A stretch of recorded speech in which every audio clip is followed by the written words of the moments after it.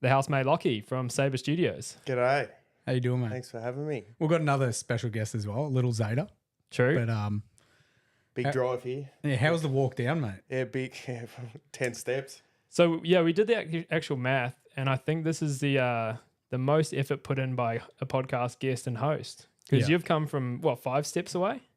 Well, I mean, my bedroom is right next door, so even less. And I came from the kitchen, which is another 5 steps beyond that. So you put in twice as much effort as Justin to get here today. Yeah, that's exactly right. That's good. Yep. Beautiful. Well, we got an exciting podcast lined up today, and we're going to start things off with a bit of a bang, I think. The hero giveaway draw. The giveaway model for the website launch. That's right. So a few weeks ago, we launched the website, and obviously we've got some merch on display today. You probably can't see mine in front of Zeta, but there it is. And the mugs. We've got the mugs too. Oh, we've got the mugs down there as well. Yep. Yep. Yeah, so we've got the BFG merch on show, and as a promotion of that website, we're giving away a 60mm hero model box. Yep. So Lionel. Are you painting it? No. New inbox. I have. I might have just thrown him under the bus there. There's a huge disclaimer there, just unpainted model. Yeah, every time I told people in chat about it, I was like, it's new inbox. It's Yeah. new inbox. Yeah. That's right. That's So a 100-hour project for sure. yeah, so we've had over 100 entries on the website for people trying to get into this giveaway, which has been amazing. That's really good. That's really good. That's A lot of people from Australia, which for our analytics, most of our viewers, followers, subs are normally from the States or the UK, France and Germany. So for Australia to be the most entered into this competition is really cool. Good turnout. But yeah, there's still plenty from the States and the UK in the draw, which is cool. And the rest of Europe as well, I think. Some from Canada. Poland. Someone was from Poland. Yeah, definitely. We've got some cool entries in there. So I'm just going to jump straight to it. I'll cruise over to the giveaway spin now. And hopefully this all works. Yeah. It's looking good so far. So here we go. This is it. We got a drum roll. No one's got a drum roll. No, we don't have a soundboard. All right, it's away. There's a lot of entries. Yeah, it is. Yep. Oh, wow. Who wins? The winner, Iron Man from the United States. Cool. Our first international winner. Yeah, so we'll get in contact with Iron Man via email and chat to them about contacting their local gaming store. So we won't purchase it here in Australia and ship it. Yeah. We'll chat to them about talking to their LGS, and we'll get in contact with them and probably just do a direct purchase and buy that model. Their model. Yeah, they picked their model. Nice. Definitely. Well done. Yeah, so Iron Man, if you're listening or watching live, congratulations. Yeah, through the magic of editing, Michael makes some sort of promo out of this and let people know who's won as well. Definitely. And yeah, obviously we'll let everyone that's entered know and let Iron Man know. Yep. Pretty Hopefully cool. he's watching now. That'd be nice. That'd be nice. Be good. That'd be cool. You'd be pretty hyped. You'd be pretty hyped to just free model. Yeah, All you had to wake up to a 60mm model. Yeah. How good's that? Yeah, it's good. Beautiful. So now that we've got that out of the way, how's everyone going? Justin, you having a good day today? Always, dude. Always? Yeah. It's Well, podcast day. not always, but yeah, most of the time, yeah. So I've been painting my Blood Angels, trying to get them closer to 2,000 points so I can go to some solo tournament action. Nice. I've been painting my Dark Angels for people that don't know. I play Dark Angels and playing a lot of tournaments and games. Yeah, that's right. You're at a tournament today? Just came from one. Just straight from the tournament? Yeah, tournament to here, and then How'd that go? it was good. I only had time for one round, but It was meant to be, what, a 3-round tournament or something? 3-round tournament. So first round went a bit longer, but it was good. Then I had to run here. So Who'd you play? one of the local guys, Luke, who plays AdMech. So it was a good game. Good game. Very, very swingy, but Eye-opener with AdMech? See how they play? they just don't. Because you don't see them often. They just don't go down. They are surprisingly, they're a bit like Necrons. They just don't go away. But no, it's good. That's good news for Mike. good. Yeah, good for you. It's a big grin on the face. Like Yeah. that. Yeah. I might have to start putting more time into the admech. Yeah. No, it's good. But apart from that, just painting and playing. Yep. That's what it's about anyway, isn't it? Yeah, it's fantastic. Works out well because obviously we're going to be chatting quite a lot about gaming today, which should be fun because we haven't really had a gamer type player. Do you see yourself as a gamer or painter, or how do you sort of view yourself in that aspect? Yeah, I definitely started out as painting because obviously starting when I was young, I couldn't really understand the rules, but particularly with this new 10th edition, I'd say I'm probably 70% gaming, 30% painting. But I do like to get the most everything out of the hobby. But this year and 10th edition, I'm looking at playing a lot of games. Nice. Yeah, so as soon as this one launched, you were right on it. Yeah, I've probably 10th edition's been out 6, maybe 7 months. I've definitely played 50 games plus. Yeah, wow. Played a lot. That's awesome. So I don't think it's been out for 7 months. Well, makes it Think, even yeah. Think about when Leviathan was released. Yeah. Leviathan was released after the Brutalis, and I painted the Brutalis on stream 9 months ago. So I reckon that 10th edition is only like 6 months old, maybe. So yeah. It's definitely a few games a week. Yeah. You're down at House of War a lot. Playing games. Playing games a lot. Out in the kitchen there, rolling the dice, seeing how units go. Bit of math hammer. Yep. So I'll finish the stream and I'll just hear dice rolling out in the kitchen. Yeah. I'll be like, what's shooting at what? Yeah. Yeah. It's just, it has gotten a bit out of control at times. My girlfriend does not like it, but it's. I think the thing though, once you start looking at competitive gaming, which we will talk about more, I think once you start looking at competitive game, that's the type of stuff you sort of do. You know, when you're looking at entering painting comps, you start to look at more technical ways of painting and go into a deep dive into it, and you do the same when you game. So 100%. That's essentially what you're doing when you're doing your rolls late at night. Yeah. Midnight, 1 a.m. Yeah. At times it gets a bit crazy, but you're right there. The more you look into it, the deeper the rabbit hole goes, I guess. So, but look, we'll get into it a bit more, I suppose, later. Yep. But before you tell the cool people about what you've been doing, because Mike's actually got some news on his hobby, which is fantastic. It's wild. It is. It is actually wild. I've taken part in a charity giveaway for families that cannot afford gifts for their children. So there's a few hobbyists. I won't name them because I'll forget to name one person. I don't want to do that. It's the brainchild of Brushlicker, who streams on Twitch and TikTok. And basically what we did was paint a single model each. I think you've got a pic of the model there. So yes. I painted a Blade champion for the Custodes. And people can jump on the link tree via, is the link tree on our website yet? Not on the website. So it's only on my Instagram or my TikTok. And we've got the link tree on our YouTube channel as well. Okay. So YouTube, TikTok or Instagram, you can find the link tree. And the top link is the link to the charity. And my entry is the Blade Champion that's spinning on the screen right now. So people can go and buy a ticket. All you need to do is buy one ticket. Buy more if you can. That's fantastic because it's going to a really good cause.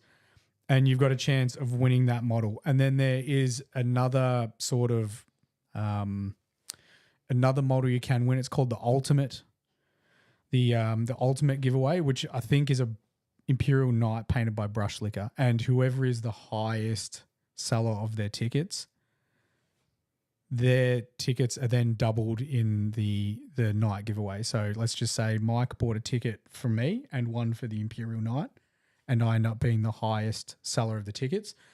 You would then get 2 tickets in the Imperial Knight giveaway. Fantastic. Oh, heck is that? But you have to be the highest seller of the tickets. Yeah, so if I bought one ticket for you and someone else, some other artist was the highest seller of tickets, you would just get the single. Just a single entry into the Imperial Knight. Yep. Fantastic. But that's it. All the proceeds are going towards the charity. It's a fantastic charity. So it'd be cool if I sold the most tickets, but ultimately all the tickets go to the same place. So How good's that? Like, if it's painters and hobbyists across the world, yeah, and you can just do something like this around, around a time where some people struggle around Christmas, and you can win some cool models. I've seen that in person, and I hope anyone watching one day gets to see Justin's painting in person, because sometimes photos don't do them justice. Definitely. Thank you, dude. Particularly that Brutalis. I hope one day people can see it. Yeah. Well, that's the plan for Australia wide. I'll start going to some tournaments, and then who knows? Who knows from there? Yeah. I completely agree. Like, that's such a good point. Like, they look great on the reels, but in person, it's just a whole nother level. And yeah, so that link on the link tree for the charity, that goes to all the artists, does it? You can look at everyone's piece. Yeah, it just goes to I think it's a coffee link, and it just goes to where the event is, and then there'll just be a list of all the artists and a picture. I think it's a picture of the artists themselves and then their entry as well. So you get to see the entries. And I think everyone has finished theirs now. There were a few silhouettes because people were doing some work in progress stuff, but I think they're all finished with their stuff now. Yeah, nice. Which is cool. Fantastic. So that December 15th entries finish. Yeah. December 17th entries are drawn, I believe. But all the details are on the link. Yeah, and we'll drop all that in the show notes as well, so that we'll have the link in the actual comment section of this. That's right. Yeah, for those watching later and listening on Spotify, we'll have it all linked up in there for everyone to check out. Cool. Fantastic. Now your hobby, my dude. Me. You've been Mike and I chat at work, and he's been talking about how he's actually been doing hobby, and I was actually genuinely surprised. Yeah. So was I. Which hurts my feelings a little bit, but it's fair enough.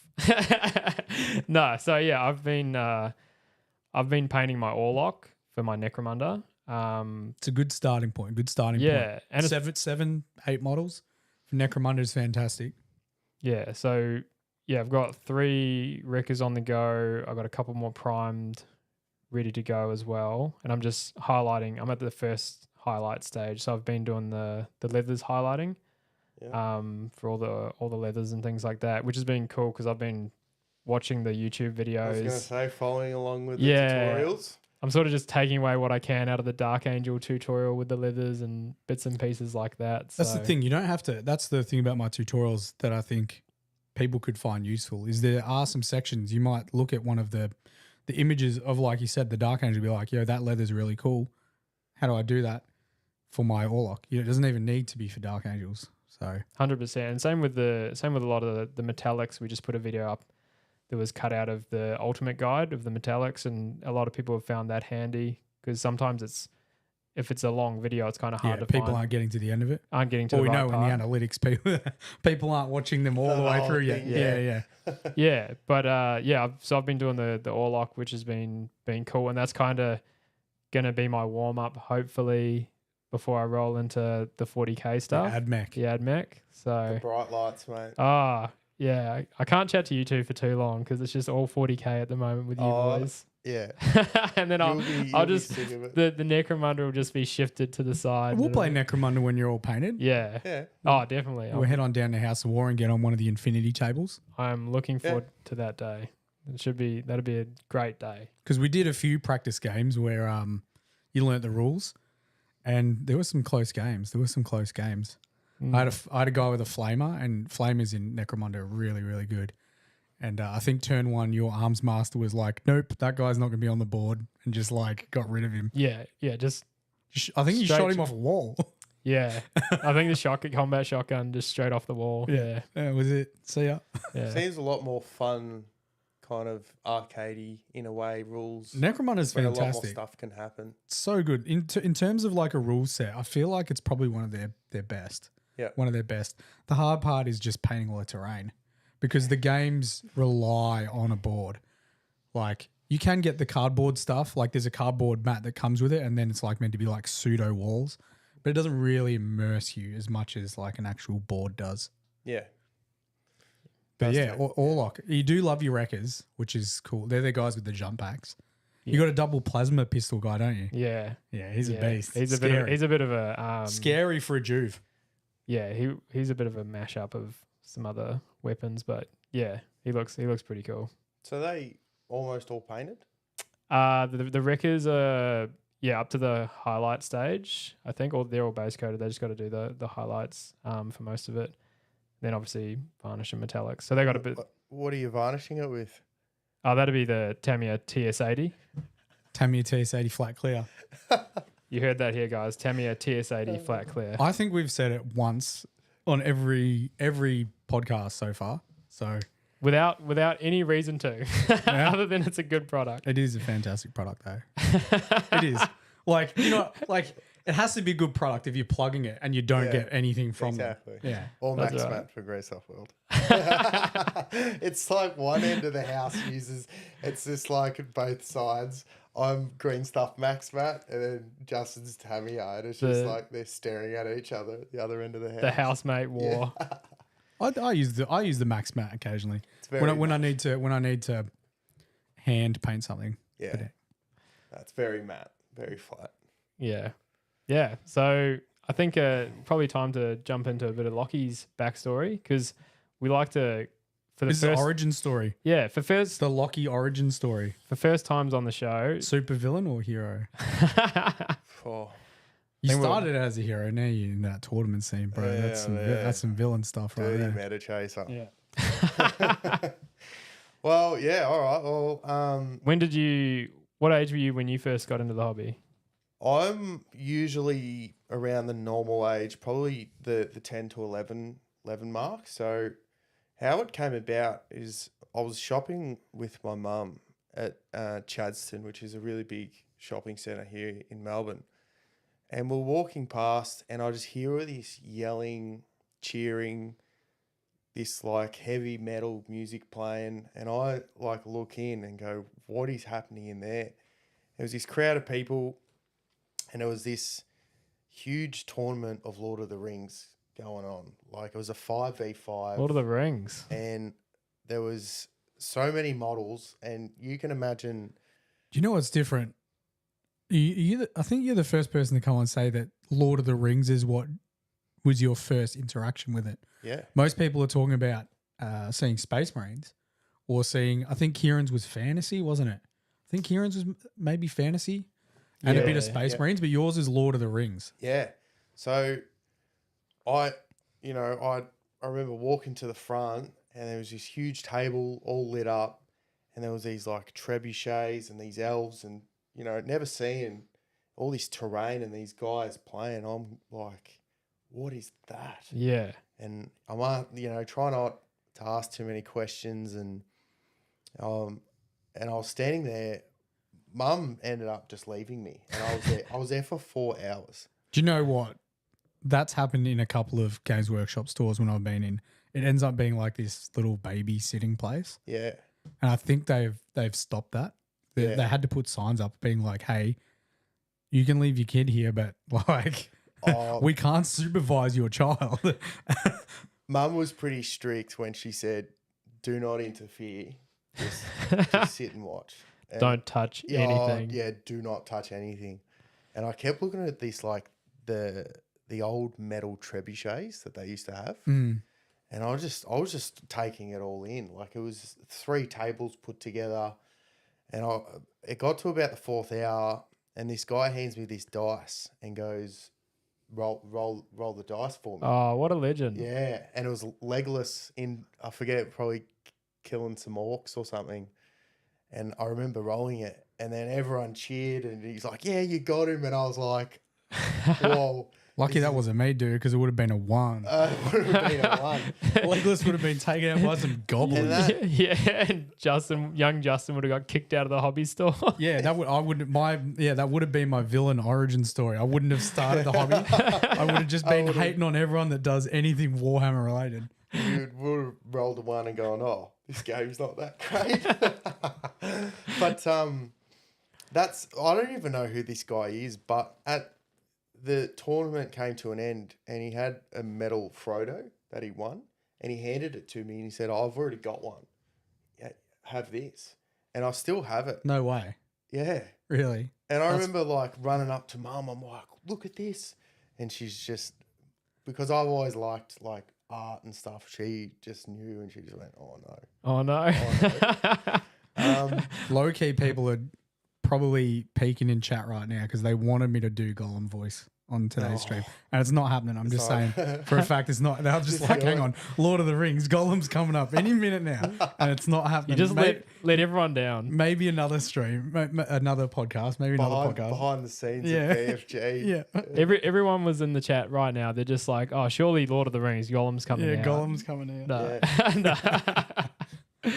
And then pretty much I was like pestering Mum to take me back to Chadstone every weekend. Yeah. Which from where we were living is like a 35 minute drive. So it's not Yeah. it's not 5 minutes. That's like you and Nina. Down the road. Now Nina's like you pestering her to go to house. Yeah, I know, yeah. She just rolls her eyes and I've got a license now, so I'm not 8 years old. But and then Mum booked me in for a paint session, which wasn't Lord of the Rings. It's your normal introduction to, it's usually 40k Space Marine. Yeah, Space Marine, yeah. And then I went back to the store and obviously the tables have changed and see Space Marines and I'm, again, you know, this is the usual story, how it follows. And I'm like, you know, I've been looking at Lord of the Rings. So what's this?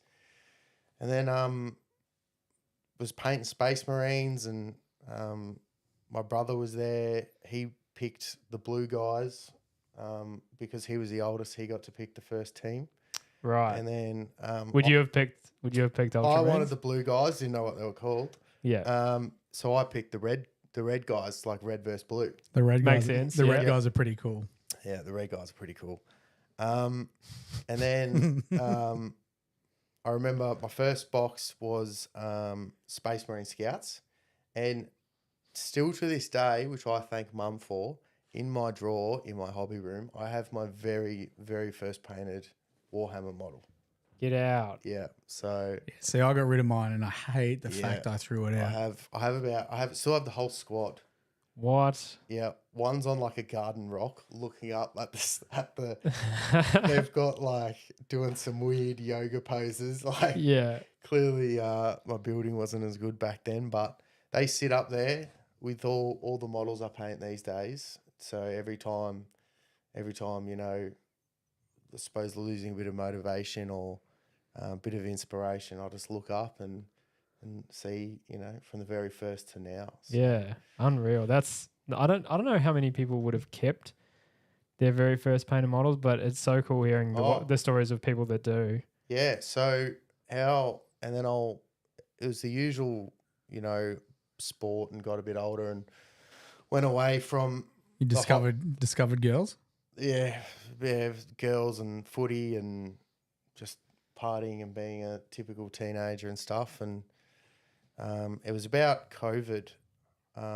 So, God, I don't know how that's maybe 12, 13 years. And I remember I was just sitting there in lockdown and I remember thinking, yeah, what can I do? Because you get a bit bored. And I remember I was like, Warhammer. So I've gone back to the website and you can imagine all this Primaris, Yeah. Gravis. I'm like, I actually thought I was on the wrong website. Yeah. I go, this The isn't. sculpts have changed that much. Yeah. So I got these eradicators that I honestly thought I'm playing a different, like, this is the wrong website. And they turned up and they were huge, you know, compared to the scouts I have. So I painted them and then I was painting all this stuff, getting back into it. And I'm thinking, oh, how good is this? I'm gonna paint the red dudes. And then I find out they're blood angels, and I suppose their lore and the way they are is a bit how I am, just bit loose at times, a bit crazy. I was going to say a few words then, but I don't know if we can say that. But and then I remember telling we want to get this stuff monetized. yeah. And then I remember telling Mum, and that's when she went to the shed and pulled out this case, and she goes, "Oh, I kept it all for you," because she goes, "I knew you'd come back." And then it had all like terrain, dice, the measuring templates, like, you know, good on her for Yeah. doing that. Had it Thanks, all. Lockie's mum. Yeah, What a hero. Shout out Shazza. Yeah, she had it all, and then kept painting more and more, and you know, see all these new sculpts. Like I remember seeing Mephiston, Yeah. and I was like, that, like, you know, I'm new to the hobby. All these new sculpts and getting all the books, and I remember painting Mephiston, and I went into the store, which is one of our mates I was managing, Will at the time. Yeah. He was my housemate at the time. Yeah, Justin's housemate at the time. And I took Mephiston in and I said, like, I've done as best as I can. What can I do to improve it? And he's looking at it and he goes, you know, you need to make all this stuff brighter and this a lot more brighter and do this. And I'm looking at it going, that seems a bit off. Anyway, I did it and ended up looking cool. And then I went back again. I said, you know, how can I go better again? And he said, well, I have this guy that I know and he paints blood angels. I go, who is it? He goes, oh, it's my housemate, Justin. He goes, oh, he's pretty good. And I go, yeah, all right, get him in. And then I remember, I think it was the next weekend, I was sitting there with my Mephiston. We actually, we chatted on Insta. On Insta. Yeah. And I remember I sent a few photos of probably prior to Mephiston. I think you have. We've got a pic of one of them. One of the original ones. This is how when I first got in.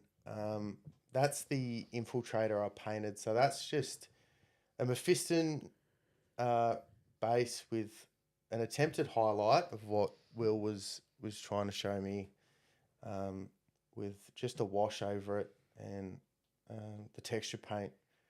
And I was painting like that, and then transferred pretty much that exact same theory to Mephiston.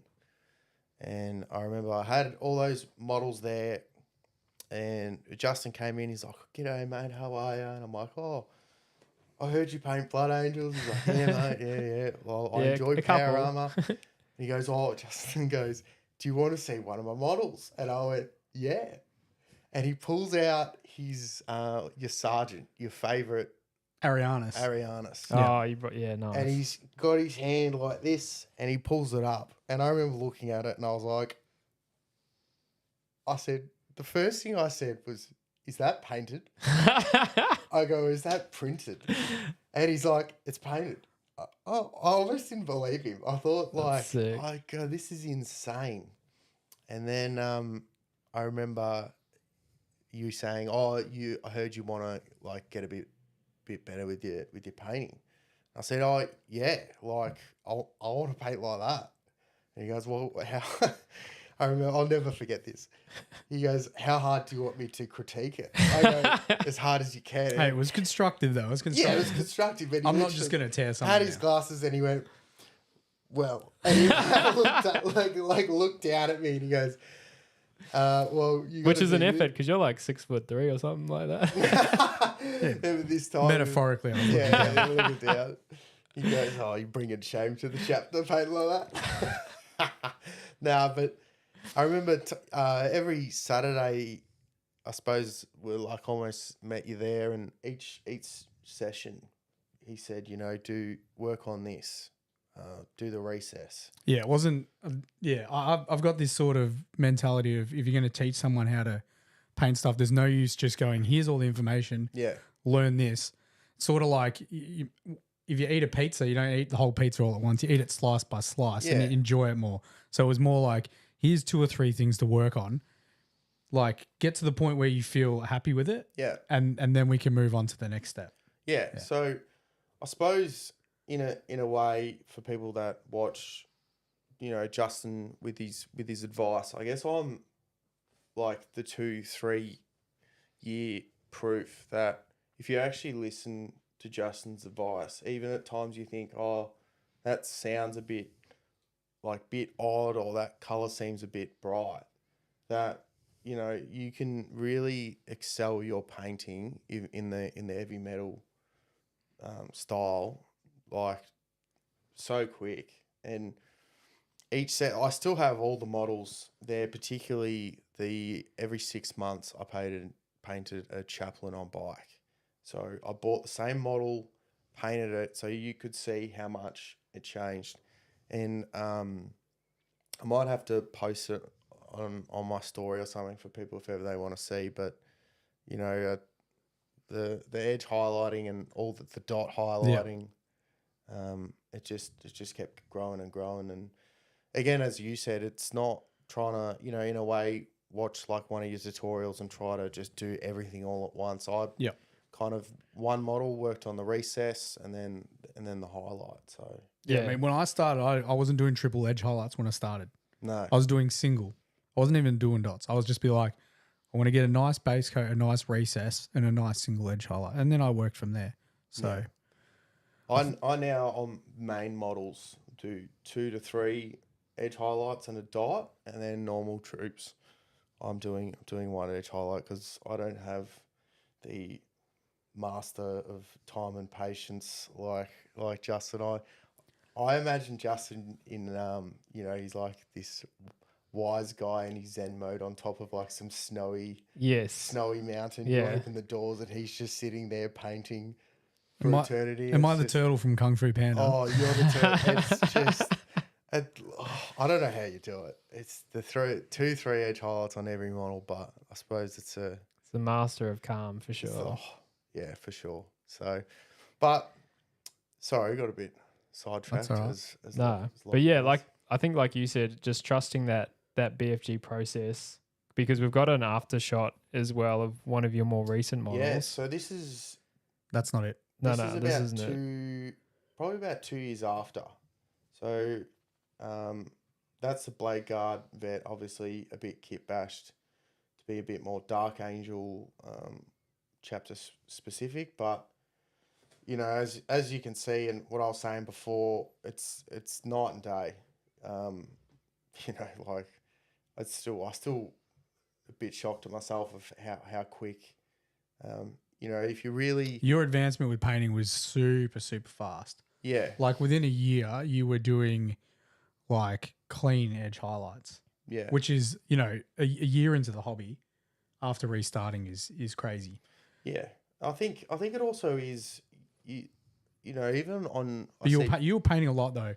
Keep this in mind, and this is what I try and tell a lot of people. It's the effort you put in. Yeah. And you wanted to improve and you put the time in to improve. It doesn't like it. It's cool to have the idea of wanting to improve, but you actually have to. You have to put that want to time do it. Yeah. And I do hear and see a lot of people say they have a model and they're scared to paint it. They don't want to paint it. But I was under the way I think is paint it, and if worst comes to worst, you can just strip the paint off and just start again. Or, you know, if they're in a squad, just try and improve there and build on it. But yeah, it just goes to show really that if you do take the time, sure. You know, credit to Justin though. Like for 3 years, you know, Justin would show me work on this, work on that, use that paint. You know, what he does on stream, he's been doing that behind closed doors and never expects anything for it. No. I remember I got you a gift for Christmas for helping me, and he was shocked. Yeah. I think he came into work when you did. Yeah, he was blown away. So, you know, anyone watching, just listen to Justin. Listen to Justin. Listen to Well, Paint Daddy. What is it? Yeah. Keep in mind, it's not like gospel, and it's for a very specific style. Yeah. Like I can help people with like color schemes and contrast and stuff like that, but if you're wanting to paint this style, then I can definitely. Yeah, if you're sure. wanting to paint box art, listen. Yeah. Have a listen to what Justin says. And we're starting to hear more and more stories like yours now since Justin's been streaming for a while. Like there's other people in the community. Yeah, CRX is doing it as well. Yeah. So there's people that I've seen a few people in your chat. and their painting's advancing quick. Yeah. Yeah.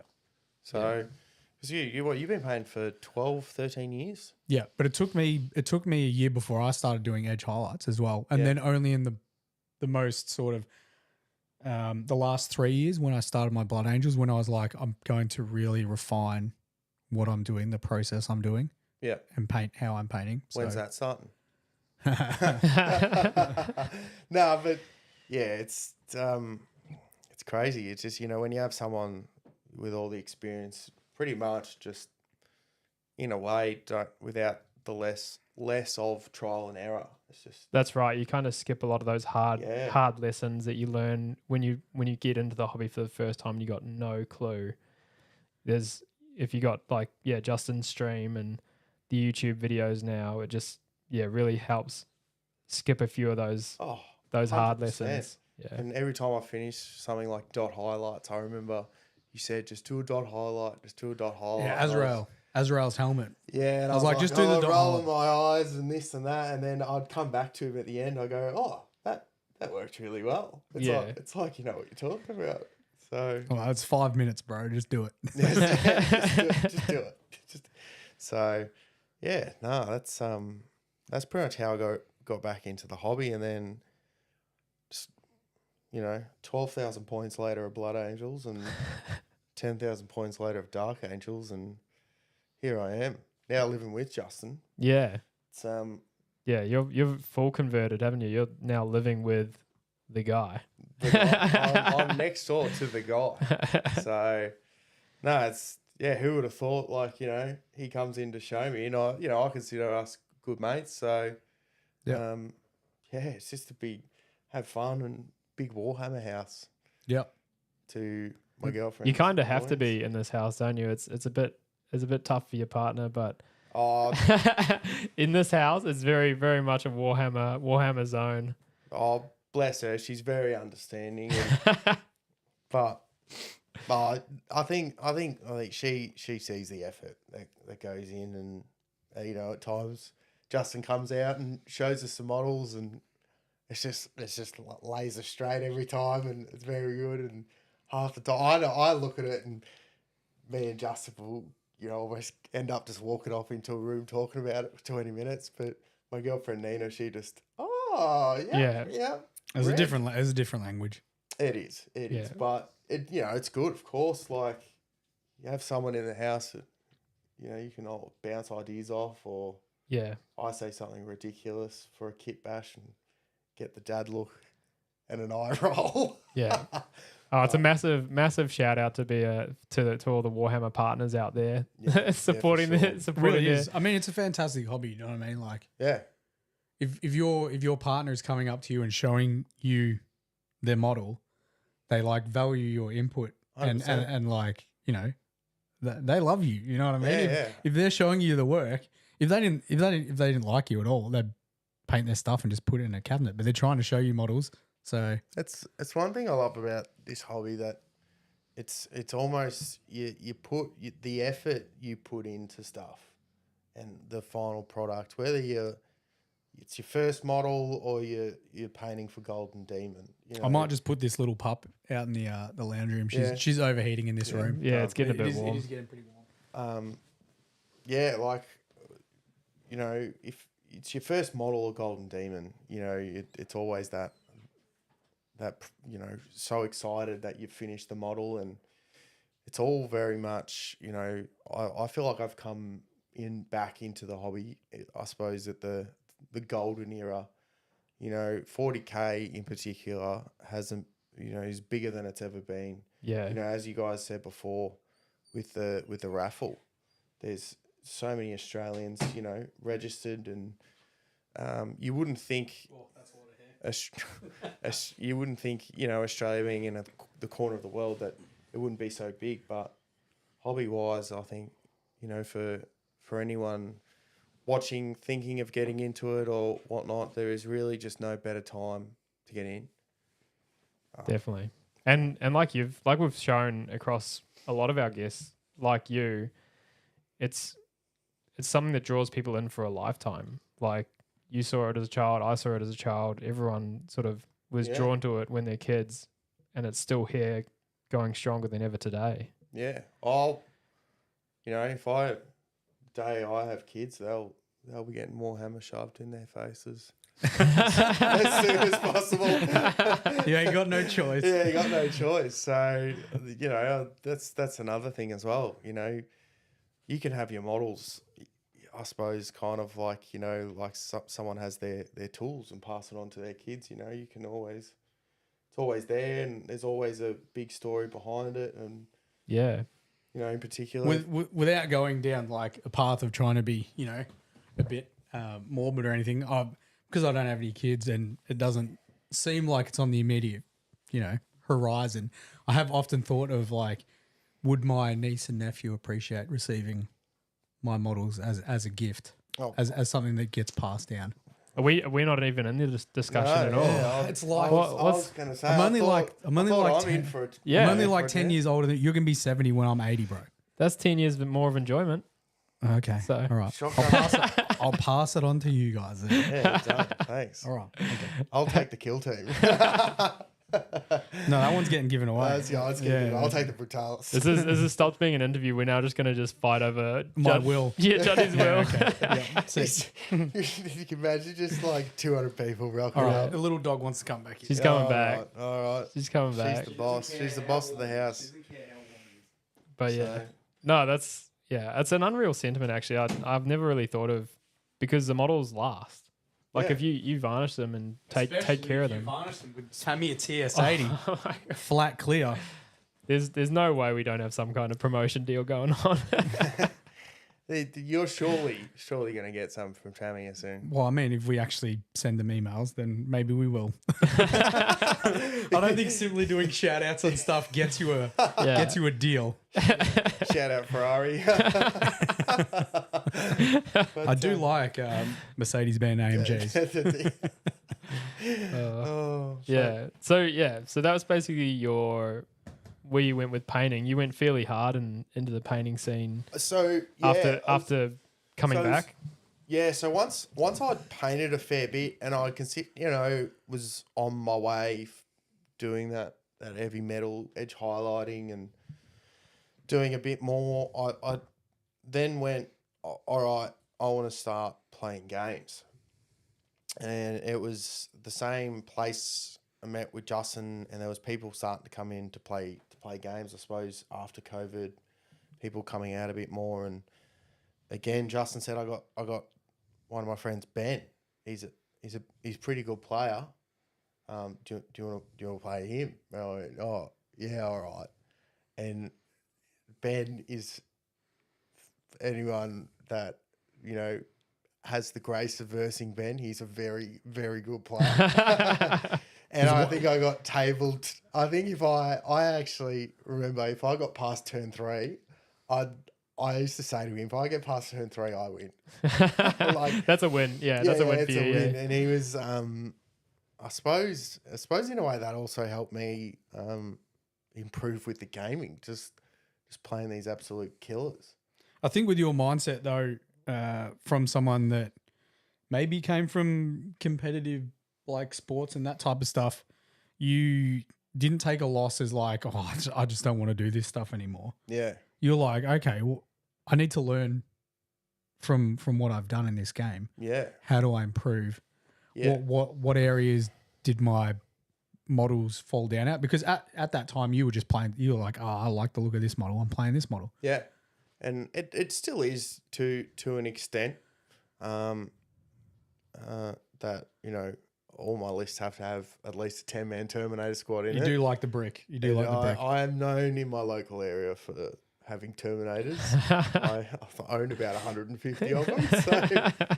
But yeah, I suppose it's a bit of a segue into the competitive.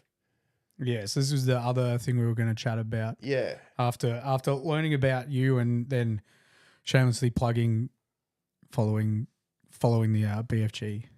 Yeah. Paint The paint journey. paint journey, paint guides. Journey. It So, was to chat about competitive gaming because yeah. this is pretty big for you now. Yeah.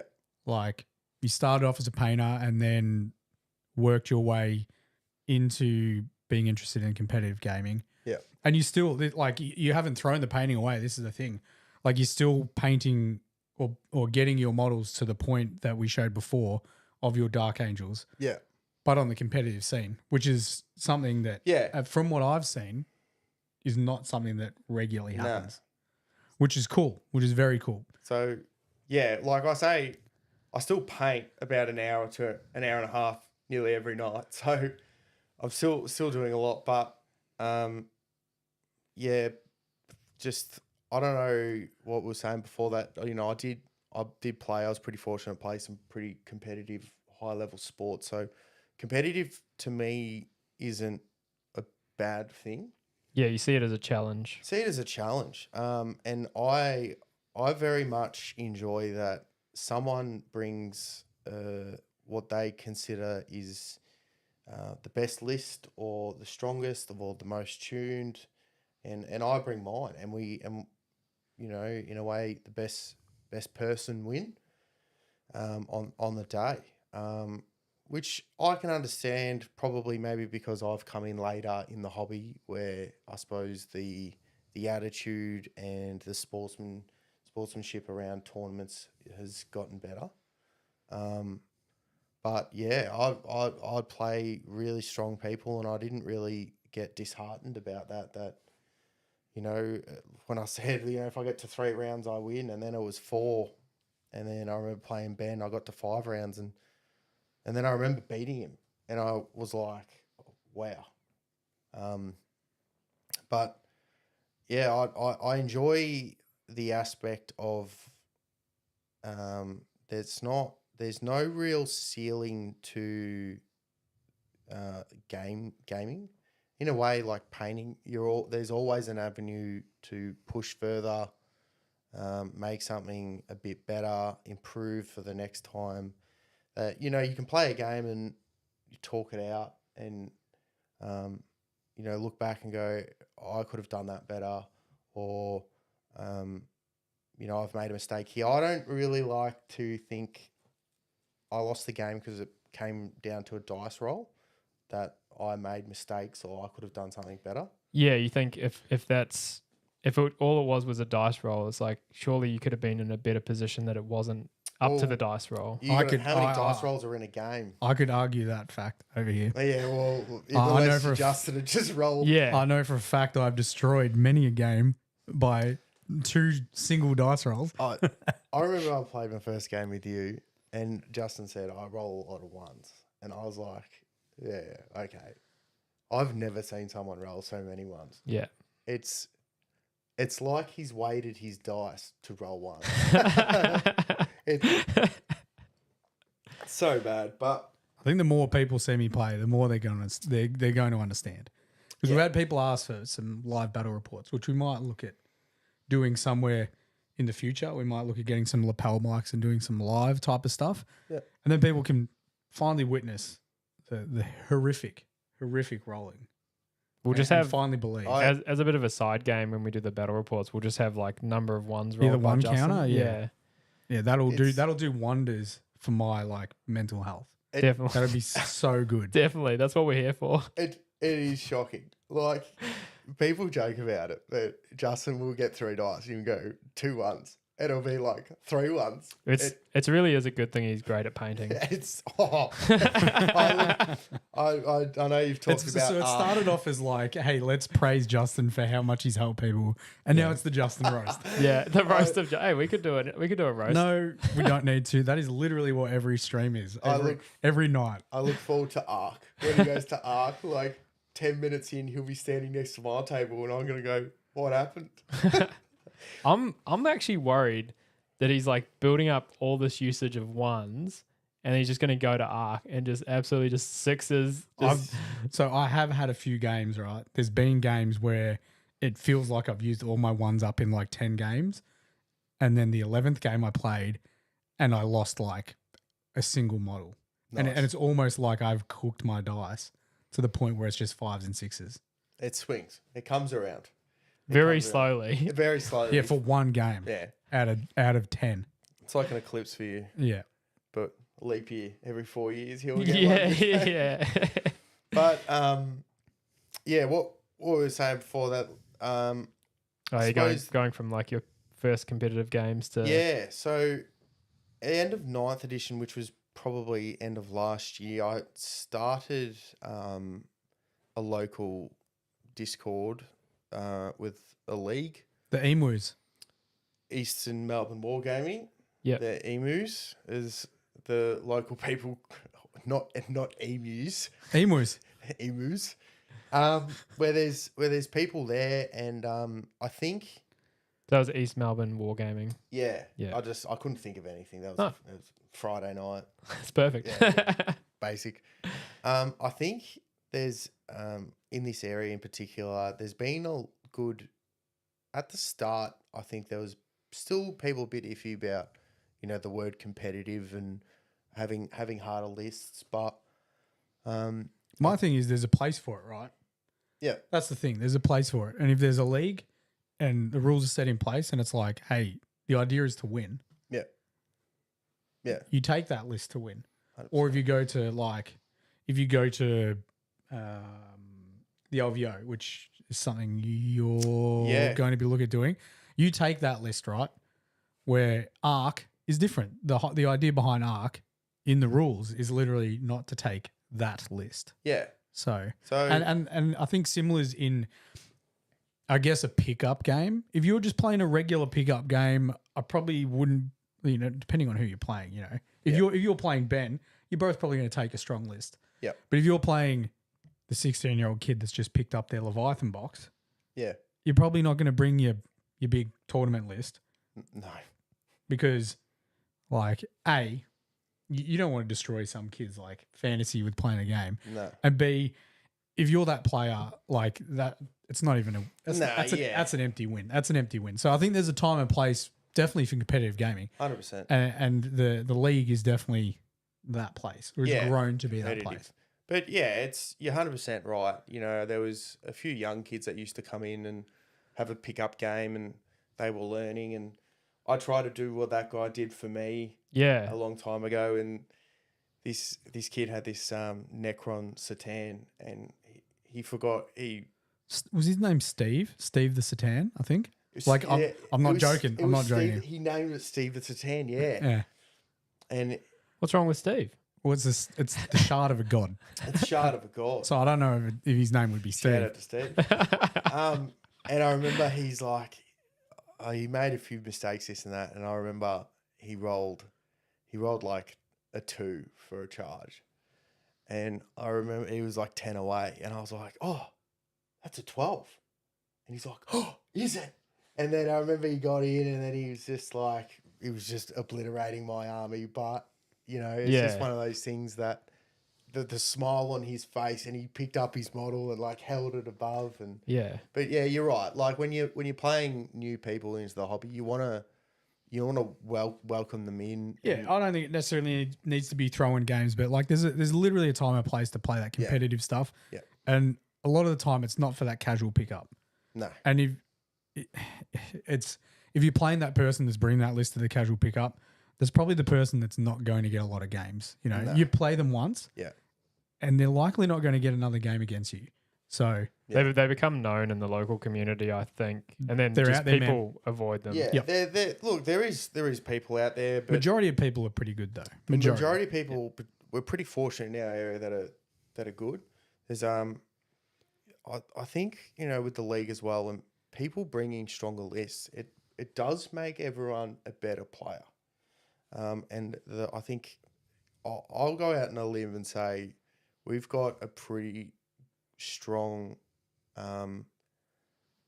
competitive, good players in this area. I remember recently we had a team tournament, and a lot of people, I think it was about 40 people from all over Victoria came, and there was 2 teams from our area, and both our local teams podiumed. Like we're, the competitive, I suppose, game in our area is strong. Yeah. Which is good, but everyone's still a good sport. Everyone's still, playing fairly, doing the right thing, and that's the one thing. If you're looking to play competitively, is to, be gracious in victory and humble in defeat. And be a good sport. And enjoy yourself, but also know who you're playing. Like as Justin said, next year I'll be flying to Las Vegas to play in the LVO, and that is the time I'll be bringing a list to absolutely just wipe the board. So the LVO is the Las Vegas Open. Is that like the premier? That biggest. Yeah, the biggest. It's I would say it's the premier. I'd say it's the largest. I'd say it's the largest. Yeah, it's the largest. So in terms of prize money or competitors or both? it's Competitors. It's like across all the board is over 1,000 people. Wow. Yeah. Okay. With Age of Sigmar, it's in the Rio, Yeah. and there's a lot of people. It's streamed, sponsored. So it's the whole. I think it's 9 games over 3 days. And that's not including the finals. Wow. So it's a lot of games. Yeah. But yeah, I'm looking forward to that. When was that? Sorry. That'll be probably 12, 13 months away. So it's still a bit of time. Yeah. But I'm looking forward to that. I'm really looking forward to, I suppose, putting myself up against the rest of the world. See how the local Dark Angels go. The brick of Termies. The unkillable brick of Terminators, which people hate to see on the table, but I just stay away from it just as much stay as I away can. from Yeah. it. I'm just like, I can't do anything to that. Yeah. I'm going to try and stay as far away from that as I can. Yeah, I think there's people always ask why am I obsessed with Terminators, and there's one story I have, a bit of a side story, but when we were younger, my brother got a box of Terminators, and as I said previously, I had a box of Scouts. Yeah. So That sounds unfair. yeah, you can see where this is going. I think that's back when Terminators might have been like one of the most durable units in the game. I think they might have had a 2-up re-rollable save or something crazy like that. I lost every time, and I promised myself that if I ever got back into the game, I'm just going to bring Terminator. So now, No matter what the rules are, Terminators. no are matter coming. what the rules, they can be bad or good, I run Terminators, and I think that's I know you've said with your painting that you got to enjoy what you paint. Yep. And there's no questioning. I enjoy painting a Terminator, and and it makes it better that they're pretty good at the moment, so Yeah. it makes it even more fun. You can play with them, but there's nothing just I don't know puts a big grin on my face that a 3-4 ton hulking man is just marching at your face and on the table, and everyone's just ducking and weaving to get out of the way. Yeah, just move, get out the way. So, but yeah, no, so there's heaps going on with the competitive gaming at the moment. As we said, just came back from a tournament. So You watch a bunch of streams, guys doing yes, like, I guess it's a high tier of gaming. yeah. So all these like London Grand Tournament, LGT, Warhammer Fest. There's this one guy in particular. He drives around and streams these games, and while I'm painting, a bit of advice for someone if they looking to play competitively or get into the tournament scene is I watch it while I'm painting, and when it comes to turn 1, turn 2, turn 3, I'll pause. This is getting a bit extreme because, as I said, I'm looking to do a lot better. But I pause it, take a photo of the stream, and then I have a table. We have a table set up on the dining table to the girlfriend's happiness.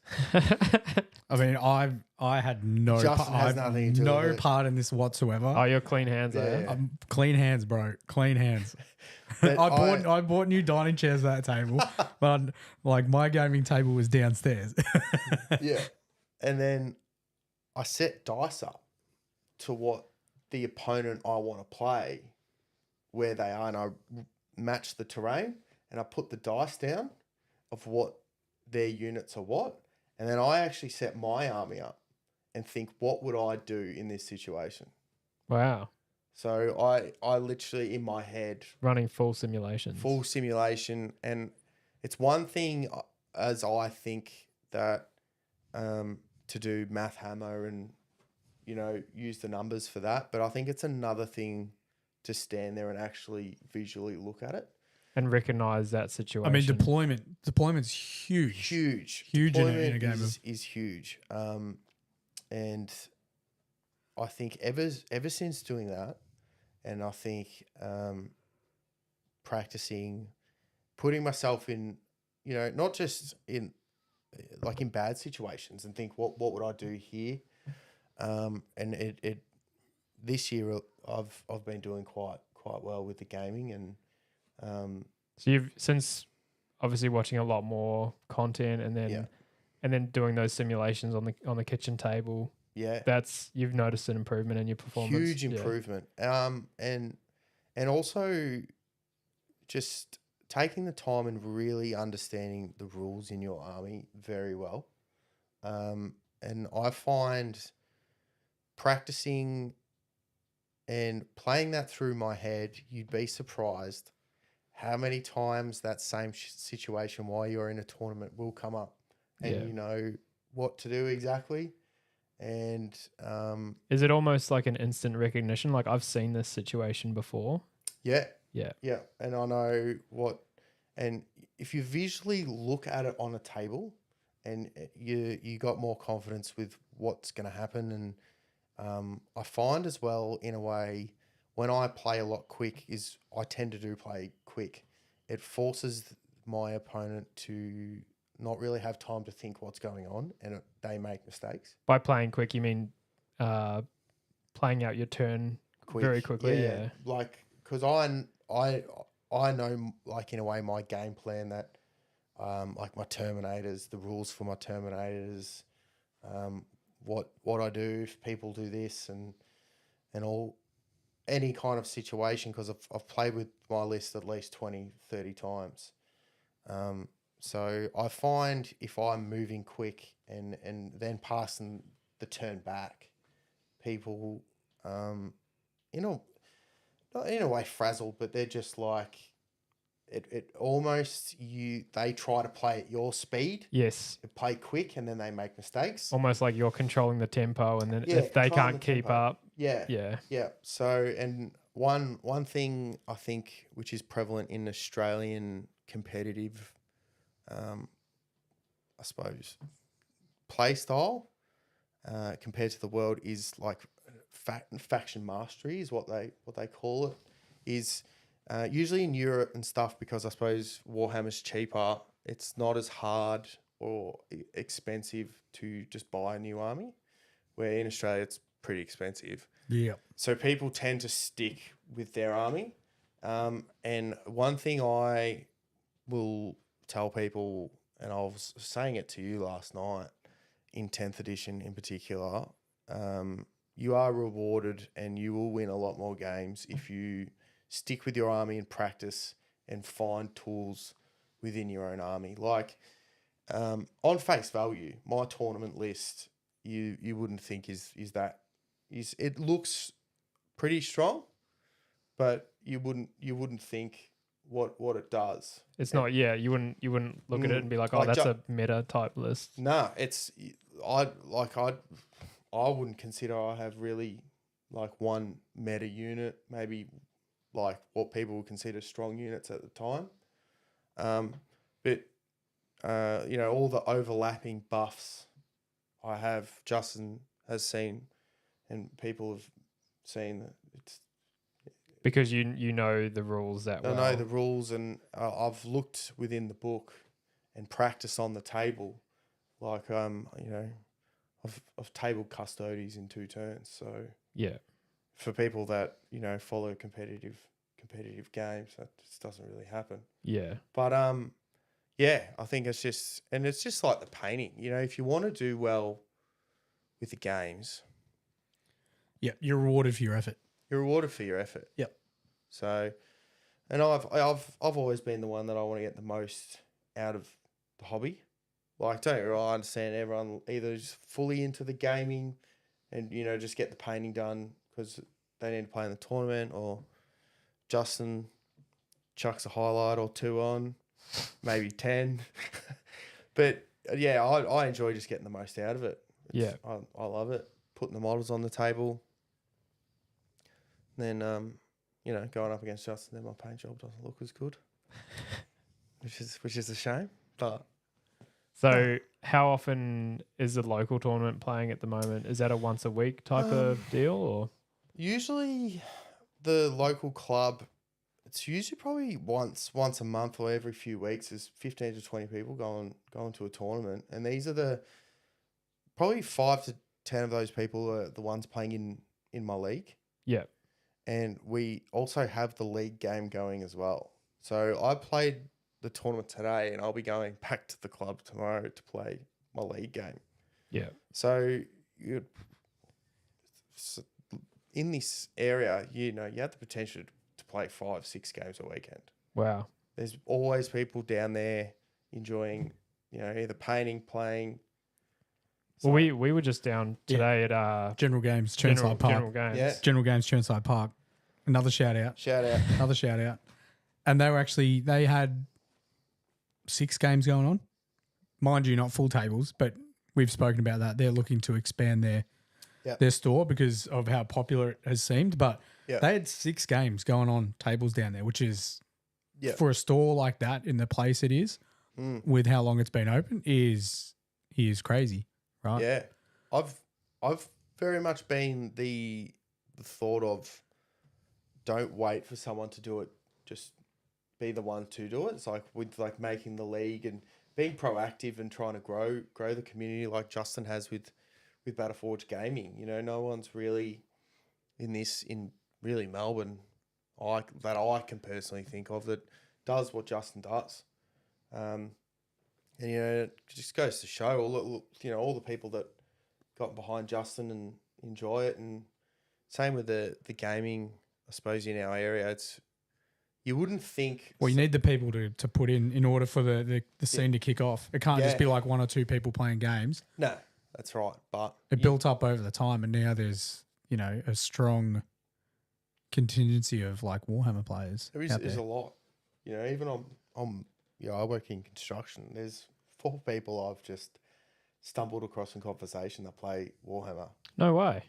Yeah. So all the tradies out there. Yeah, 2 plumbers and 1 sparky. Shout out. They just over here and they're like, oh, I'm playing Warhammer. I live out here, and what I was saying before, it's getting like almost like a mainstream thing to play. Totally. Wait till Henry Cavill does his series.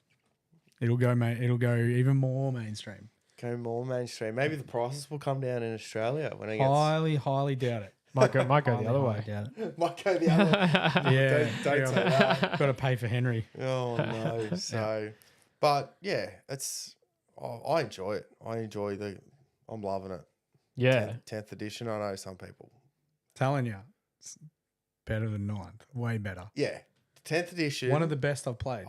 From hear it from me. I've played many games. Look straight into the camera. 10th edition is better than 9th. Hey, and that was not your initial thought process. It wasn't. I remember you were like 9th is better than 10th. Yeah, and I was like, you started back in 9th, bro. Yeah, so you've only got that one experience to go off. Yeah, actually, I did forget that. So when we first started playing, I was like, don't like 10th. It's a bit clunky. It's a bit this, bit that. But the more you play it, the more it really does incentivize just the general shit and it's got a little tactics. It's got a little bit of nuance about it. Yeah, and it really just isn't. Or some armies at the moment there is, but 80 to 90% is if you're good enough with your army, you know what it does. Yeah, if you're a good general. Yeah, you can win it. You can win. You can win. There's people winning like big majors at the moment with what they consider off-meta armies. And they're just so it's a lot more. Would you say it's a lot more balanced than 9th? Then if you can win any game. It's like most editions. What happens? They sort of release them in pairs, with 6th and 7th, 8th and 9th, and it'll be like 10th and 11th. There tends to be a bit of a power creep. So 9th was the end of a power creep. Stuff was really, really strong. Things were getting removed from the table like that. What? Yeah, it was like really, really fast. So we're now back at the start of a new edition where it's very simple and very bare bones.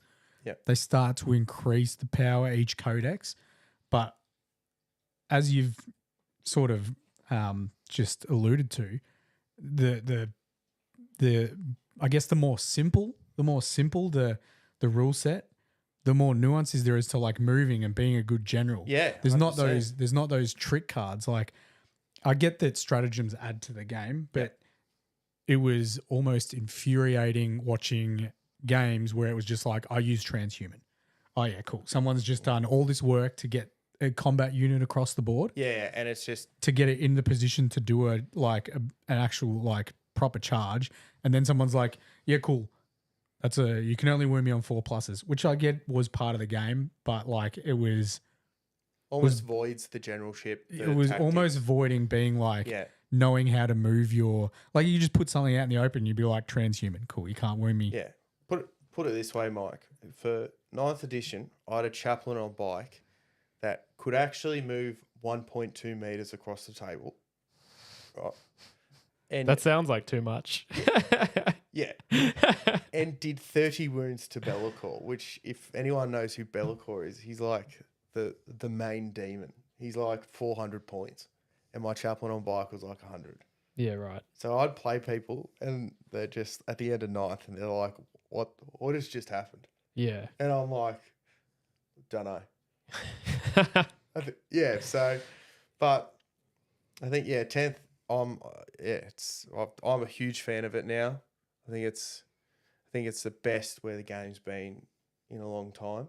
When I first started with my army list, I was doing horrible with it, making mistakes, and now I don't really make those mistakes and play a lot stronger game, and it's the same list. Yeah. So, for people out there thinking of doing it, I couldn't encourage more to go have a game and a tournament. Is it as simple as going down to your local games workshop to start a pickup game, do you think? Depending where you are, I think if you're in Europe or America, there's maybe because I follow it a bit more, there's just tournaments going on everywhere, nearly every weekend. But here in Melbourne, in Australia, Sydney and Queensland in Australia is where... Yeah, Queensland's meant to be big on their gaming. But this is the thing we were talking about. We wanted to sort of make a hub on the Battleforge Gaming website where we can put up where events are and stuff, or people that are running an event can even just put their own details in. Mike and I wouldn't even have to do it.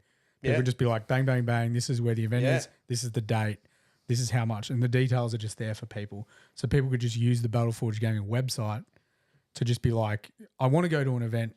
When's the next one? Where is it? Yeah. And even if someone's thinking of going and maybe a bit nervous, they think, there's another BFG person going. And I think there's a lot of, I think some tournaments you can just turn up and watch. And that'd be a good start. 100%. Yeah. I think I can understand when I played my first tournament, I was nervous. Yeah. As you would be. But, they're just people playing 40K. Yeah. Whether you're the best player in the world or not, it's still all playing by the same rules on the... And by the sounds of it, like you said, the community, for the most part, seems really, really good. Yeah. In being sort of good sports and... Yeah, well, you got to look at it in the fact that, if everyone's horrible to each other, no one's ever going to play a game of Warhammer. Yeah. Because no one's going to play. 100%. So... Yeah, and I think like Justin says with his painting, like everyone's got to start somewhere. Like you've been at that point where you didn't know the rules 100%, or you've never played a single game. Yeah, and now you're a competitive gamer. So. Looking back, there's things I've done, and I'm just thinking, what was I thinking? Painting, playing, but as you say, keep with the painting as an example, keep it, keep that model so you can look back and see, where you've improved and the journey to where you've got. Because really, there's never really an end goal or finish line with this hobby, which is a good thing. Yeah, I mean, I get asked all the time, How many Blood Angels you got left? Oh, Infinite. yeah. Infinite. It never ends.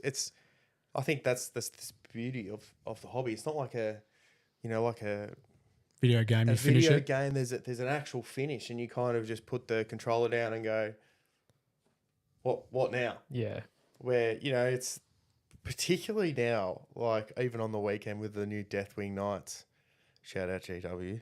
I don't even want to reply to my emails. Those, like, stuff is coming out nearly every day. It feels like I just that you almost can't keep up. No. You paint something and there's something new coming out that you want. Yeah. So that finish line is almost just getting further away.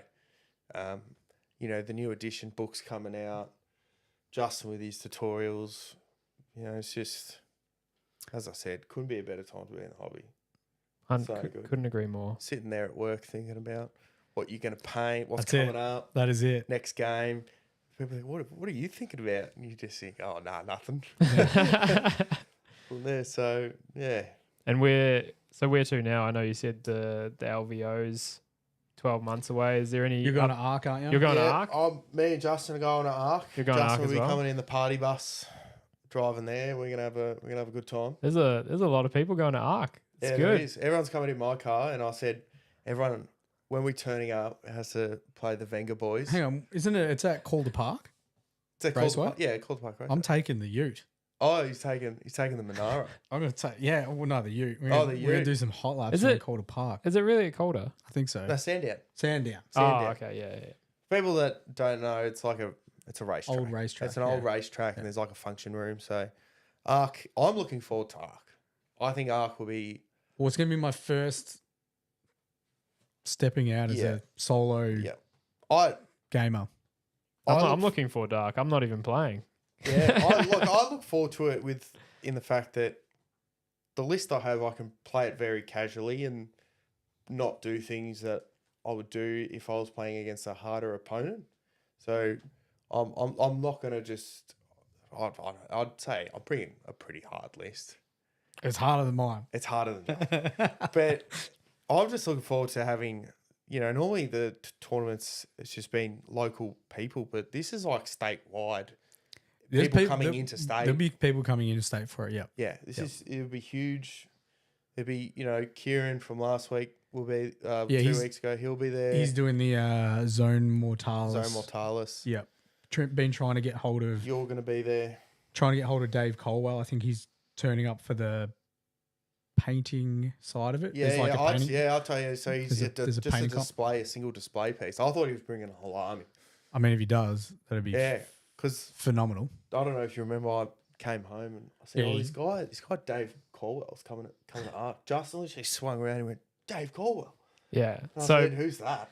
before I even got back into the hobby, Yeah. he was talking about Dave Colwell, and I was like, oh, because he would show me a bunch of artists on Instagram that he sort of found inspiration from, and he's like, this guy's crazy. one of Yeah, one of the he best showed me, painters. and I One of thought, the best in Australia. Yeah, So, If not, if not the world. if Yeah, not the- you worded it one of the best painters in the world. That's So, insane. But I think, just to be in a room with so many different, like old heads that have been there for so long, different game modes, almost just like it gave me even more pumped for the LVO, the Las Vegas. It's just, I'm pumped for it. I'm shame it got delayed. The Yeah. LVO did it. No, the Arc. Oh, got did pushed back because it's normally Jan, Feb, and it's gone back to April. Yeah. I mean, it is what it is. whether it's a delay or just they're changing the schedule this year, but So there's Arc, another big team tournament coming up. I'll just be playing tournaments, games at home. these tournaments you play? Are they mainly at the House of War Ringwood? Or is that the House shop? of War, Ringwood. Yeah, pretty much. And then also recently I've decided I'll probably be going to Adelaide Uprising. Yeah. I've been talking to Tiny about that, and I wanted to go, but there's no way I can get what I want painted. Is Tiny? Is Tiny- Tiny's going. Yeah. Tiny, if you're in chat, I'll wear this. You're gonna grudge him. No, I'm just gonna wear this so you can, if you see me, just throw something at me to get my attention. I think he's going to see you anyway. It doesn't matter what you wear. Yeah, you'll see my, You stand out. You'll see my, You stand you'll see out. my brood lid walking around. You guys will be the two blokes looking over everyone else. They're tiny dwarfs, you bro. He's tiny. Is it because he's like Tiny's a space marine, brother. No, he's a rugby player. Oh yeah. Yeah. Really? Maybe Yeah. we just play rugby in the middle. Yeah. of 6'7", dude. He'll be patting you on the head, bro. Tiny is definitely ironic, the name. Yeah. Yeah, there you go. Well, Tiny, I'm going to Adelaide. You should grudge Uprising. him. Him and his Astra Militarum. Yeah, well, I'm bringing a strong list. Oh. So- What is before for someone unlearned of the ways? Yeah. What is grudging? Some tournaments allow grudge where you can say, first round, I'm going to play this person. No, they don't. Yeah. Some tournaments allow grudge. Sometime, but Adelaide Uprising is actually a GW official sponsored tournament. Oh, right. So there's like what they consider super majors across the world, and it starts I think it's ITC. It's called. So if you win, you get an official ranking. Oh, Yeah. cool. So, and if you win the tournament, you get a golden ticket, which you go to the Warhammer World Championships, which recently was just on last weekend in Arizona. I think Arizona or something like that, where you're like the world champion. So it's like a qualifier Awesome. for like that. So for people that follow the Australian competitive, there's some players there that are the best in the world. There's probably 3 or 4 guys there that are ranked in the top 5, top 6 players in the world. Wow. They're going to be there. So that, Australia's pretty serious gamers. We won the World Team Championships 2 years ago. Yep. So we came first out of, I don't even know how many countries there were, maybe like 20, Yeah. 25. And we came second or third this year. So, Unbelievable. yeah. So, So the gaming got some serious gamers. community is strong Yeah. in Australia. Yeah, which is surprising, People There's don't so many expect- other hobbies and things like that done here. So Yeah. So the Adelaide Uprising will be good. I'm grudging Tiny. by the so should You wanted to win your first game because I probably wouldn't do it. yeah. Yeah. Oh, Tiny. Oh, here we go. it's been done. He's setting it up. Setting it up. But Adelaide's only like He's all over an hour it. flight away. So I'm putting money on Tiny. oh yeah, Money on right. Tiny. Should we, all right. I've heard a lot of stories. Oh, okay. Oh, I don't know. Do we have to? We almost have to fly down and video this one. yeah, I almost have to live it. We'll Must have to put it like in 0.5 to get Tiny in the picture by the sounds of it.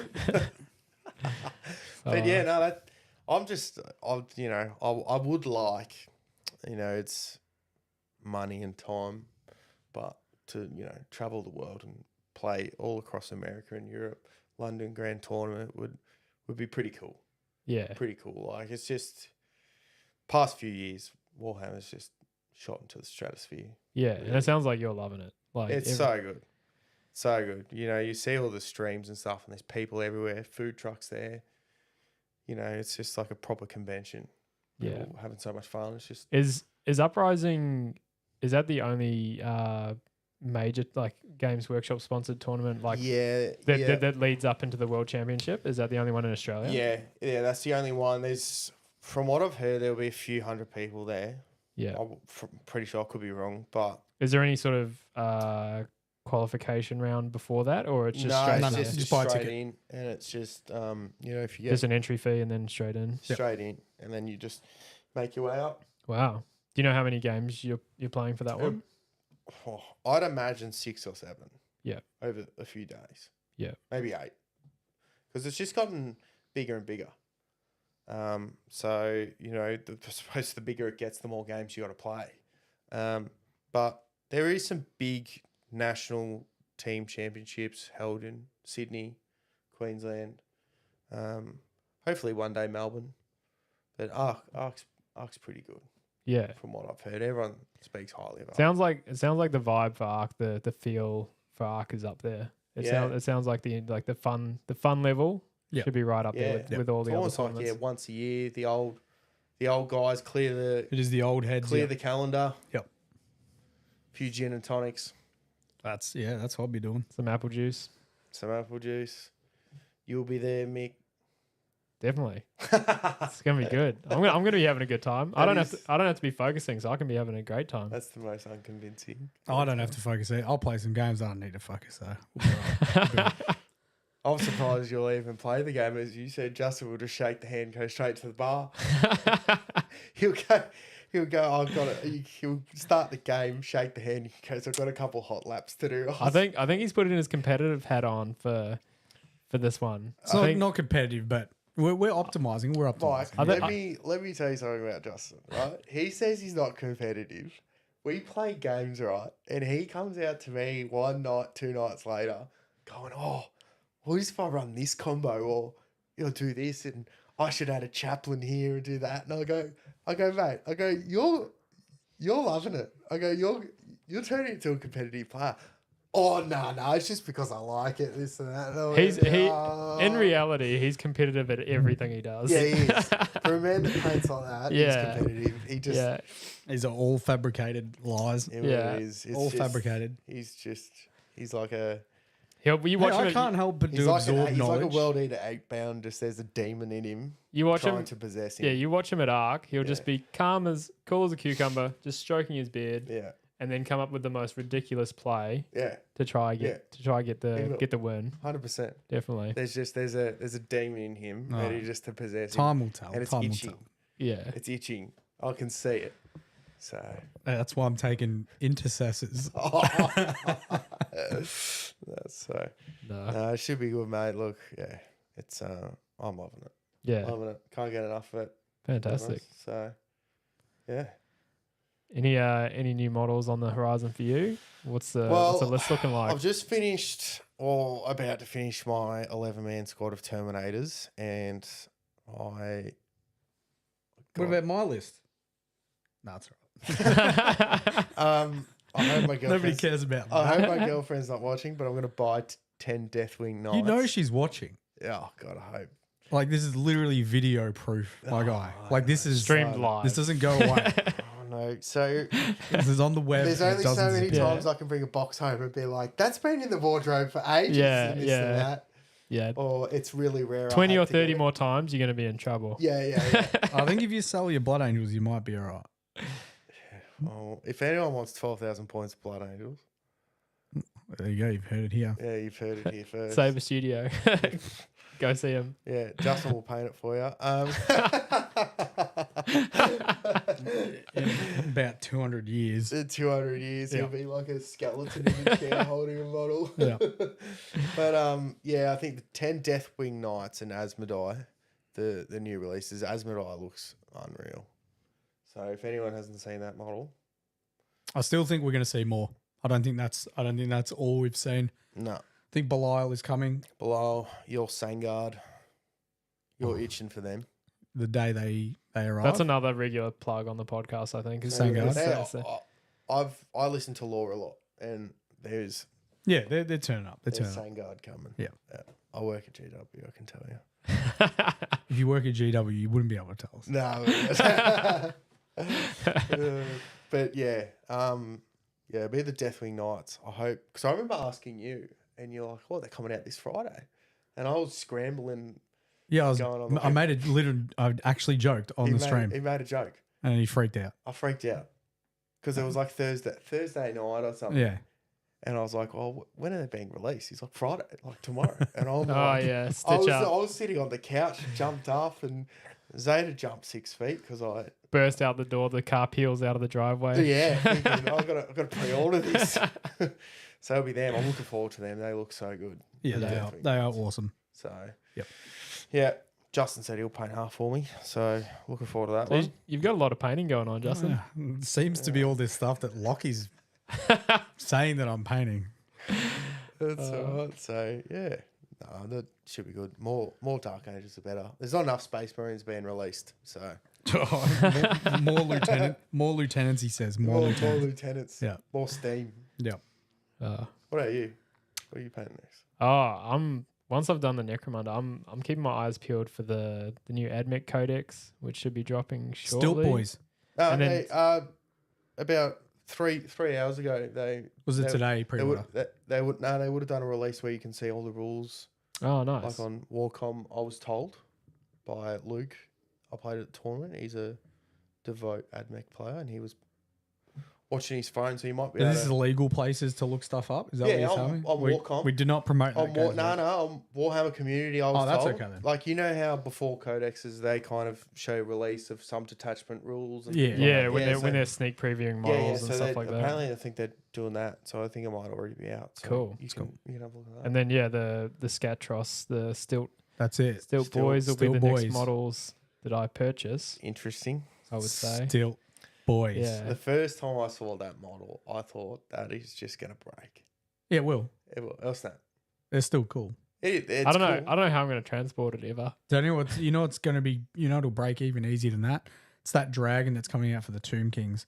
Yeah. It's got like this extremely thin bony tail. That thing is Is that asking. Is that part of that everybody. translucent? Who's it? Do you see the translucent models they're releasing? No, Oh, I'll look them up. that's later. new to me. It's new to me. Maybe Yeah. Mike works at GW. Maybe you've accidentally let something slip. Maybe. No, definitely not. That's it's all over Warcom as well. Oh, okay. Yeah. So, are we just going to say anything's on Warcom? Yeah. There's Just to actually say Sang Guard's coming out. Sangard. People are going to hear this stuff and they're going to think we're being serious. Yeah. Justin's like gonna, Lachie. Justin's going to run into a room like a young kid on Christmas when the Sangard's released. The day that happens, yeah, I'm gonna get a phone call probably. Oh, he will. It's happened. He might fall to his knees and cry. It's. I don't know where this is all coming from. I want my Sangard. But I want the Sanguinary Guard Yeah. as well, because I before my Dark Angels, as I said, I have a lot of Blood Angels painted, and I was saying to Justin the other night, the reason why I kind of stopped is because all their main cool characters don't really have new models, and I don't really just want to paint it all up and then it comes out and then you just got to repaint it. There's nothing more. Bit of, for me, a bit deflating that you've finished all the models and then there's big, cool new ones. So Yeah. because they are cool. Blood Angels are, my first pick, really. Yeah. You do get a bit of that sculpt envy if you're looking at other. Oh, for You're sure. looking for the new models coming Like out. even the new Terminators to the old ones. Like when the new ones came out, I was driving around all Victoria. Yeah, you're hunting down Terminators. Yeah, right. I think about 4 days after the box was released, I already had 25 Terminators. I was little doggo and the missus was in the car. We were driving just to random places, buying Terminators off people. No way. Yeah. So That's awesome. yeah. So and then I got another 2 boxes. So I think I'm up to 35, 40 new Terminators. Wow. Yeah. Don't tell the girlfriend. Super rare. But no, Couldn't the cover reason I everything want to else. see the Sangard come out is because I think as soon as they come out, Justin's going to start playing with Dante on the table with the Sangard, sorry, and that'll just look sick. And the thing is, they'll come out, and I think they'll get painted non-metallic metal for the box. I think they'll do what they did with Dante, so it'll give me opportunity to do my true metallic that I did on Dante on a unit of Sanguinary Guard. So Well, if it's anything, I kit bash Sanguinary Guard onto like a Phobos body, and just them taller. They look so cool. So let alone with a full proper Sanguinary Guard sculpt. Yeah. I'll buy a box Yeah. for sure. Yeah. Blood Angel player, you got to. Yeah. So Be rude not to. it'd be rude not to. It'd be rude not to. So Just don't tell your girlfriend. no, it's super rare. So it's been in the wardrobe for ages. So it's actually, I think she took a photo of my wardrobe to see what's in there. So next time I pull some.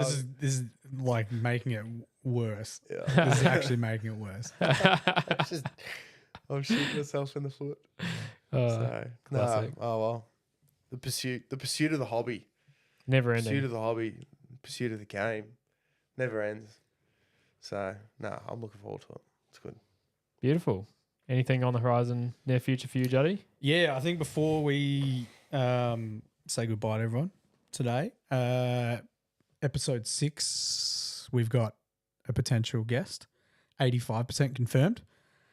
people might know him. I think most of the people that are going to be on this while filming live Brush Liquor, the man that has organised the charity, is going to be on the podcast. So it will be at a different time. It's going to be something that lines up with the Netherlands and Australia. That could mean that Mike and I are doing this podcast at midnight potentially. I don't know. We'll work out the details with that. So that'll be really cool. We'll chat to him about content creation and he's a parent, so we'll chat to him about how he juggles parenting and hobbying and content creation and all that type of stuff. I'm excited for that one, and it'll be the first one we do across Discord. So yeah, so it won't be technical issues. We hopefully, fingers crossed, get everything down to work pretty Your good. domain. Yeah. So we won't be able to have them obviously live in the studio. That would be tough. So it'll be interesting to see how that plays out going across some kind of Discord audio. Cardboard cutout. Yeah, cardboard cutout. Yeah. Apart from that, I'm just painting towards my Blood Angels, so I'll just keep working on my stern guard and my repulsor and that's actually I'm filming a tutorial as well, another ultimate guide. I've started doing the Deathwatch one, so made a big dent in that, and I'll do a bit tomorrow. So maybe finish painting it and filming it next week. We'll see. Yeah, we'll see. When do you finish your Blood Angels? Never.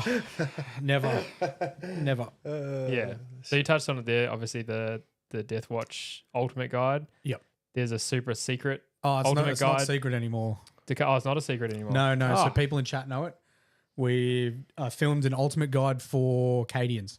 Use the Castellan model as an example. So that'll be coming out next week. Cadian Ultimate tutorial. Yep. Oh, yeah, I saw that on your table the other day. They look sick. Yeah. But you'll probably want to cry if you're painting 100 of them. Yeah, that'd be tough. It'd be tough. Yeah, you'd have to sort of. It's good for characters and I guess Cassicans and stuff like that. But if you're painting line troops, you might want to do a single edge highlight, that type of stuff. I did keep the cloth rather simple, so it's looks insane. Yeah. If you do a whole army like that, you'll win best painted. You lose your mind. You'll lose your mind. You lose your mind. You'll turn into a world eater berserker. But Yeah. Yeah. And my last thing is obviously the link that we will put up on the chat will be the link for the giveaway for the charity. So that's right. It'd be really, really great if we could get some people jump on and even just get one ticket to. I'll put that charity model up one last time. Yeah, that you've so painted. that is my entry. The custodian blade champion of. Well, I've said it's from the Solar Watch. That's my take on the Solar Watch with a little bit of a play on some colours. So it looks sick. Yeah, see that in person. It looks sick. Yeah, I can't wait for someone to own that. That's going to be one of the first models I've painted that someone else can win. And we're still working on the logistics and stuff of the Deathwatch giveaway. That will eventually happen, probably sometime next year. Nice. Beautiful. Well, that brings us to the end of this podcast. Yep. The end of episode 5. Who thought we'd make it to 5? I don't know. I think there's a few people. 100% faith. You thought? 100%. I think a few people question us. Our goal is 20. Our goal is 20 to do. So if we get 20 done, we'll be in the 1% of people that have done podcasts. Yeah. There you go. Quarter of the way there. I think we're going to smash through that. Yep. They've been so every guest so far has been unreal. The chat's been good. I've got one for you. Do a podcast at Arc. Oof. We could see how that could go. Oh. He might have to run it though if I'm playing games. Unless I do a run past, I'd be like, I just played game 1. Lost turn 2. Well, yeah. This is a quick update. The amount of guests you get the owner of Arc. Maybe. There's an idea. We could get someone else to sit in the chair and we could interview people. Yeah. Someone Just else. be Maybe a hot seat. Yeah, maybe we get someone else. We'll Kieran, see. and then you can get the really good painter. The really good painter, Dave. I'm meant to be doing a paint session tomorrow with him. See if we can Fantastic. get on the good side of the painting scene. Yeah, done. Yeah. Beautiful. Well, that brings us to the end of this show. Yep. Thank you everyone for watching live, and for those listening later on Spotify and on YouTube. Yep. And we'll see you in 2 weeks. See you guys. Thanks, everyone. Bye.